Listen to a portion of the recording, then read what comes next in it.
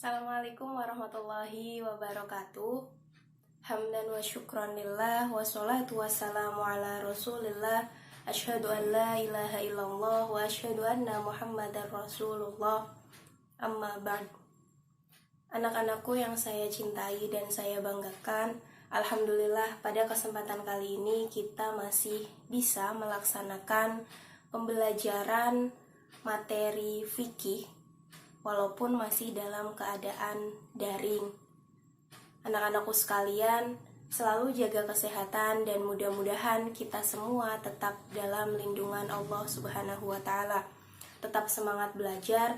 Insya Allah, jika memang nanti sudah waktunya, kita akan melanjutkan pembelajaran kembali di dalam kelas. Baik, pada pertemuan sebelumnya, Ibu sudah memberikan tugas resum yang mana nanti anak-anakku yang belum upload bisa langsung di-upload. Ibu tunggu sampai jam 9 malam nanti, langsung saja di-upload di Google Classroom. Untuk kesempatan kali ini kita akan belajar materi terkait pernikahan dalam Islam. Sebagai agama yang fitrah, Islam mengatur tentang hubungan antar sesama umatnya. Kaitannya dengan hubungan manusia dengan sesama yang mana terikat dalam ikatan perkawinan. Perkawinan merupakan anugerah yang telah Allah berikan kepada kita semua. Adapun peta konsep terkait pembelajaran pada kesempatan kali ini, yaitu nanti kita akan membahas terkait pengertian dan hukum nikah, syarat dan rukun nikah, wali dan saksi, ijab kabul dan mahar, kemudian macam-macam pernikahan apa saja yang terlarang, hak dan kewajiban suami istri, dan hikmah dalam pernikahan. Bisa disimak bersama anak-anakku sekalian terkait materi yang akan Ibu jelaskan, dimulai dari pengertian dan hukum nikah. Kata nikah atau pernikahan memang menjadi sebuah kosakata dalam bahasa Indonesia. Sebagai padanan kata perkawinan, nikah berarti suatu akad yang menghalalkan pergaulan antara seorang laki-laki dan seorang perempuan yang bukan mahramnya hingga menimbulkan hak dan kewajiban di antara keduanya dengan menggunakan lafadz inkah atau tazwij atau terjemahannya. Dengan kata lain, pernikahan merupakan ikatan lahir dan batin yang dilaksanakan menurut syariat Islam antara seorang laki-laki dan seorang perempuan dalam membangun sebuah bahtera rumah tangga untuk mendapatkan keturunan.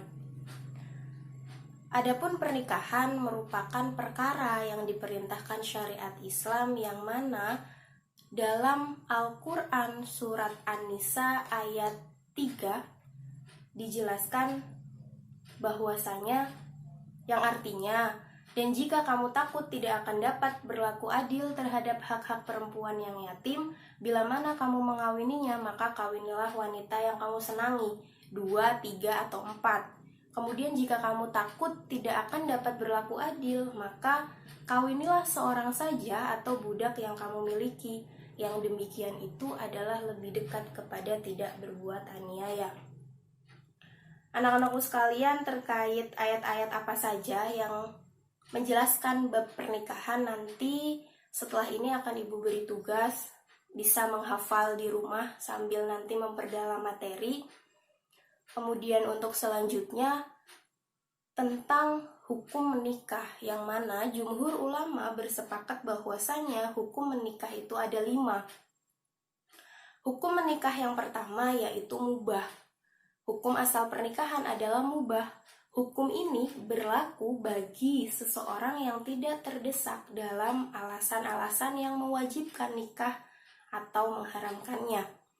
Adapun hukum pernikahan yang kedua yaitu sunnah. Hukum ini berlaku bagi seseorang yang memiliki bekal untuk hidup berkeluarga, mampu secara jasmani dan rohani untuk menyongsong kehidupan di masa yang akan datang, dan dirinya tidak khawatir akan terjerumus dalam praktik zina. Kemudian yang ketiga, hukum pernikahan yaitu wajib. Hukum ini berlaku bagi siapapun yang telah mencapai kedewasaan jasmani dan rohani, memiliki bekal untuk menafkahi istri, dan khawatir dirinya akan terjerumus dalam perbuatan keji zina jika hasrat kuatnya untuk menikah tidak dapat diwujudkan. Kemudian hukum pernikahan yang keempat yaitu berlaku bagi seseorang yang belum mempunyai bekal untuk menafkahi keluarganya, walau dirinya tetap siap secara fisik untuk menyongsong kehidupan berumah tangga dan ia tidak khawatir terjerumus dalam praktek perzinahan hingga datang waktu yang tepat untuknya. Berarti yang makruh ini yaitu yang belum mempunyai bekal untuk menikah, untuk menafkahi orang lain. Kemudian hukum pernikahan yang kelima yaitu hukum ini berlaku bagi seseorang yang menginginkan menikah namun berniat untuk menyakiti istrinya, mempermainkannya, serta menguras hartanya. Ini haram untuk dilaksanakan pernikahan. Adapun syarat dan rukun nikah, pengertian rukun nikah adalah unsur pokok yang harus dipenuhi hingga pernikahan menjadi sah. Nah, syarat dan rukun nikah itu ada 5. Ada syarat calon suami, syarat calon istri, syarat wali, dan 2 orang saksi dan ijab qabul. Sedangkan rukunnya sendiri kan tadi ada suami, ada calon istri, ada wali, ada 2 orang saksi dan ijab qabul. Bisa disimak bersama di dalam gambar yang sudah tercantum. Selanjutnya yaitu terkait tentang wali dan saksi.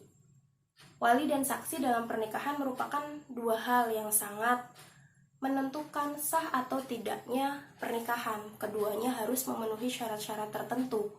Yang pertama ada wali nikah, bahwasanya wali pernikahan adalah wali perempuan yang melakukan akad nikah dengan pengantin laki-laki yang menjadi pilihan wanita tersebut.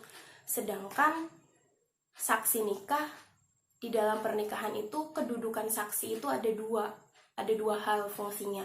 Yang pertama yaitu untuk menghilangkan fitnah yang timbul dari berbagai kalangan atau pihak. Yang kedua, untuk lebih menguatkan janji suci ikatan pernikahan, itu kedudukan saksi. Kemudian selanjutnya yang akan Ibu jelaskan secara singkat saja dan garis besar yaitu terkait ijab qabul dan mahar. Ijab yaitu ucapan wali dari pihak perempuan atau wakilnya sebagai penyerahan kepada pihak pengantin laki-laki. Sedangkan qabul yaitu ucapan pengantin laki-laki atau wakilnya sebagai tanda penerimaan. Sedangkan terkait penjelasan mahar atau mas kawin, mahar adalah pemberian wajib dari suami kepada istri karena sebab pernikahan. Bisa berupa uang, benda, perhiasan, atau jasa seperti misal mengajarkan Al-Quran ataupun mengajarkan hal-hal yang memang bermanfaat. Kemudian adapun jenis mahar yang perlu anak-anakku sekalian ketahui, bahwasanya mahar terbagi menjadi 2. Ada mahar musamma dan ada mahar mitsil. Mahar musamma yaitu mahar yang jenis dan jumlahnya disebutkan saat akad nikah berlangsung. Sedangkan mahar mitsil yaitu mahar yang jenis atau kadarnya diukur sepadan dengan mahar yang pernah diterima oleh anggota keluarga atau pihak calon perempuan.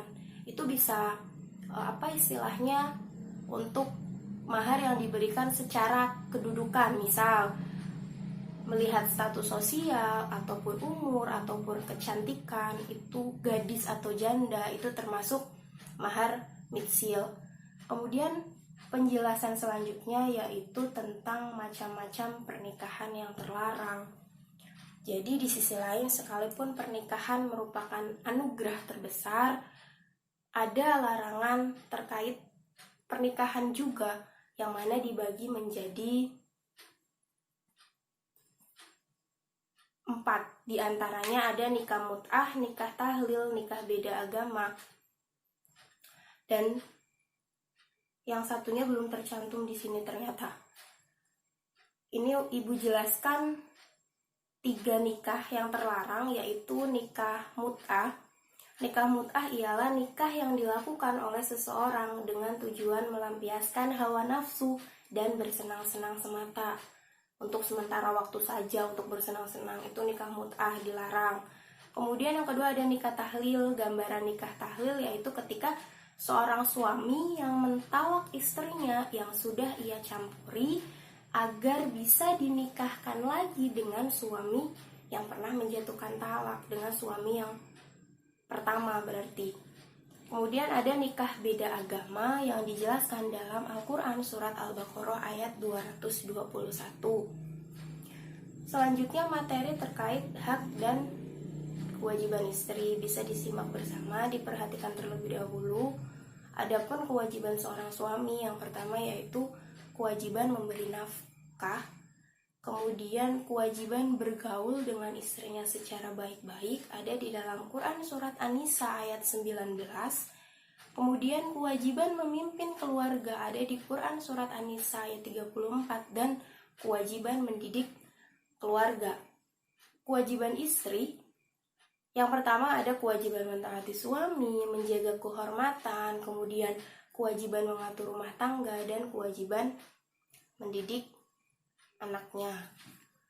Baik anak-anakku yang saya cintai dan saya banggakan, itulah materi penjelasan singkat terkait pernikahan dalam Islam, yang mana kelak jika sudah waktunya materi ini bisa menjadi bekal untuk kita melaksanakan proses kehidupan di masa yang akan datang. Sedangkan hikmah ketika kita melaksanakan pernikahan yang sesuai dengan syariat Islam diantaranya adalah yang pertama, kita mendapat pahala dari Allah Subhanahu wa Ta'ala.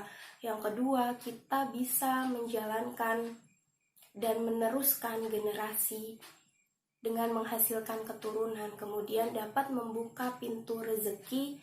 Yang keempat, mampu membuat kita lebih bersemangat dalam hidup karena memiliki pasangan yang memang saling mencintai dan menyayangi kita. Untuk materi pada kesempatan kali ini Ibu cukupkan. Setelah ini akan Ibu share di grup link soal-soal pilihan ganda untuk penilaian tertulis dan ada esai singkatnya juga. Sedikit berbeda dari pertemuan kemarin. Untuk tugas ini nanti anak-anak sekalian ditulis saja di tangan secara ringkas, kemudian jangan lupa dihafal untuk praktiknya. Nanti di kesempatan yang akan datang insya Allah Ibu tes satu-satu terkait menghafal Al-Quran tentang pernikahan. Bisa di voice note atau nanti lewat video, nanti Ibu berikan informasinya di grup. Baik, mohon maaf apabila ada kekurangannya. Mudah-mudahan pertemuan kali ini bermanfaat. Ibu akhiri. Wassalamualaikum warahmatullahi wabarakatuh.